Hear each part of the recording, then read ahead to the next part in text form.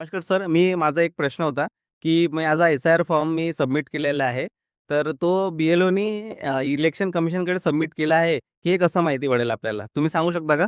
Sir सर्वात आधी आपल्याला eti.gov. या साईटवर येऊन जायचं आहे. अच्छा. तिथे सर्वात आधी eci.gov.in या साईटवर यायचं आहे. यानंतर आपल्याला उजव्या बाजूला दिसेल साइन इन करायचं. यानंतर आपल्या इथे दिसेल की मोबाईल नंबर टाकायचा आहे. यामध्ये आपला मोबाईल नंबर टाकून घ्यायचा आहे. कॅप्चा फिलअप करायचा आहे आणि कंटिन्यू या बटनावर क्लिक करून घ्यायचं आहे. माझ्या इथे ऑलरेडी लॉगिन असल्यामुळे आपल्याला असा एक डॅशबोर्ड दिसेल लॉगिन केल्यानंतर. त्यानंतर इथे दिसेल फिल इम्युनरेशन फॉर्म यावर क्लिक करायचं आहे. त्यानंतर आपल्याला असं दिसेल S I R 2026 online form submission by electoral. यामध्ये आपल्याला आपला स्टेट निवडून घ्यायचा आहे. त्यानंतर आपल्याला इथे बाजूला दिसेल आपला इपिक नंबर टाकायचा आहे, जो वोटिंग कार्डवर दिला असतो.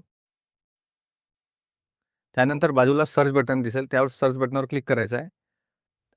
जर आपला बी-एल-ओनी फॉर्म आपला इलेक्शन कमिशनकडे जमा केला असेल, तर आपल्याला इथे असं दिसेल, your form has already been submitted. For more details contact your बी-एल-ओ.